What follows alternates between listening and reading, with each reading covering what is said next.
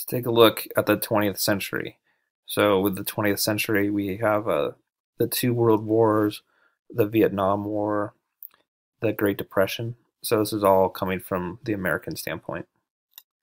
The First World War drew in all the world's economic great powers assembled in two opposing alliances.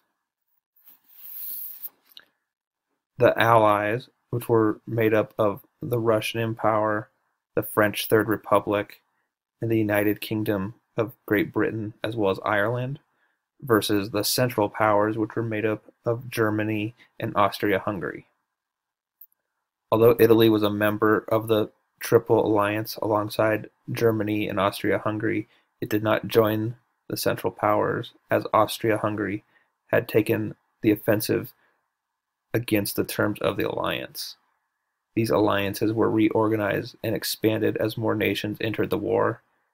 Italy, Japan, and the United States joined the Allies, while the Ottoman Empire and Bulgaria joined the Central Powers.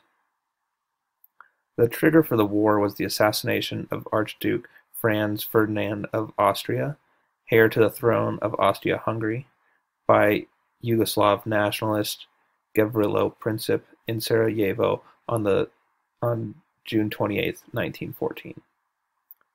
This set off a diplomatic crisis when Austria-Hungary delivered an ultimatum to the King of Serbia, and entangled international alliances formed over the previous decades were invoked. Within weeks, the major powers were at war, and the conflict soon spread around the world.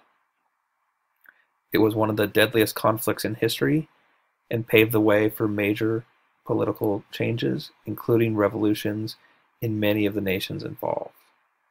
Okay, so what we have written here usually is the stuff that you really need to know, but you do need to know who made up the Allies and the Axis, and as we get into World War II, we'll see some of these countries shift around, interestingly, and some stay the same. You need to know that the trigger for the war was the assassination of Archduke Franz Ferdinand, and knowing that it's one of the deadliest conflicts in history, as well as understanding, which I forgot to mention, that Germany is really blamed for this war more than any other country.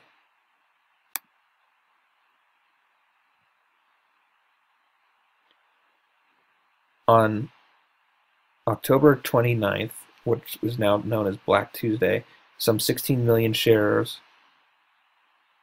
were traded after another wave of panic swept Wall Street. That's October 29th, 1929. Millions of shares ended up worthless, and those investors who had bought stocks on margin, which means with borrowed money, were wiped out completely.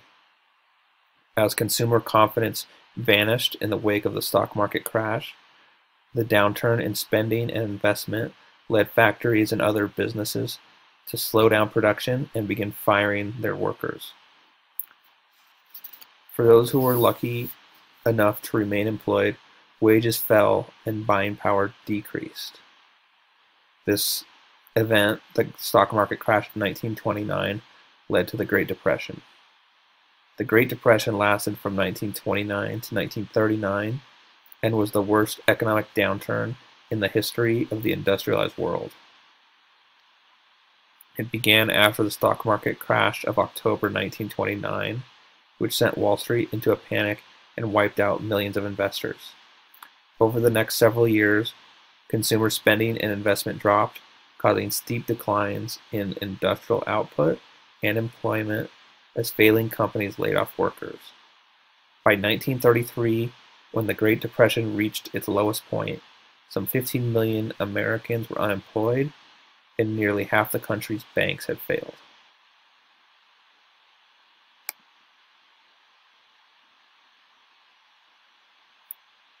This led to the New Deal. The New Deal was a series of federal programs, public work projects, and financial reforms and regulations enacted in the United States during the 1930s in response to the Great Depression. These programs included support for the farmers, the unemployed, the youth, and the elderly, as well as the new constraints and safeguards on the banking industry and changes to the monetary system. Most programs were enacted at different stages between 1933 and 1938, though some were actually later than that. They included both laws passed by Congress as well as presidential executive orders, most during the first term of the presidency of Franklin D. Roosevelt. The programs focus on what historians refer to as the 3 R's, which are relief, recovery, and reform. Relief was for the unemployed and the poor, recovery of the economy back to normal levels, and reform of the financial system to prevent a repeat depression.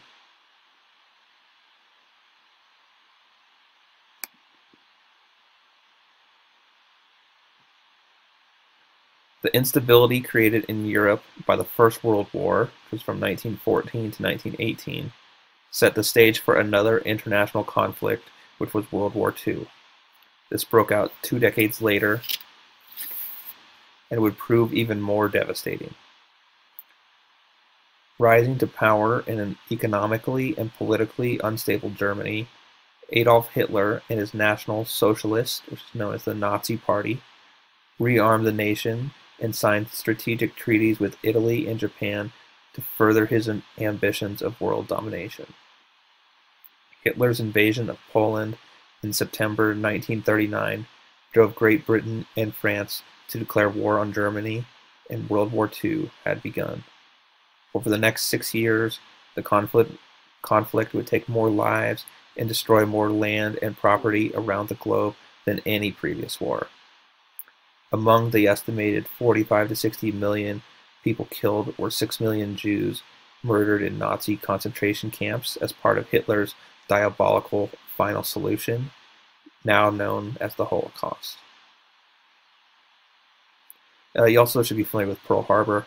Pearl Harbor is a U.S. naval base near Honolulu, Hawaii, and was the scene of a devastating surprise attack by Japanese forces on December 7, 1941.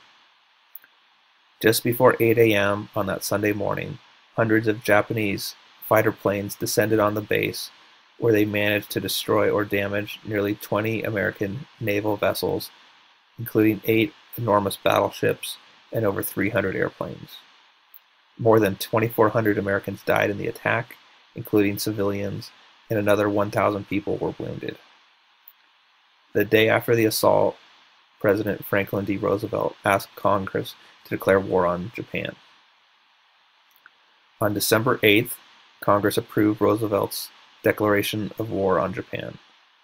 3 days later, Japan's allies Germany and Italy declared war against the United States. For the second time, Congress reciprocated, declaring war on the European powers.